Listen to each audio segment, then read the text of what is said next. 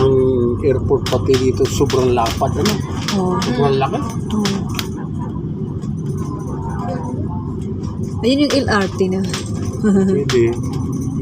Yan o. Hong Kong Airlines. Hong Kong Airlines siguro. Teka. Ayun, yung video ng ganda ng dagat. No? Tapos building yung katabi. Silang. Ayun, wow.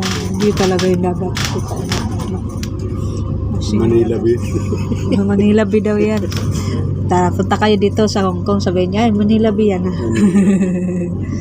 Kasi may may awar pa siya lang.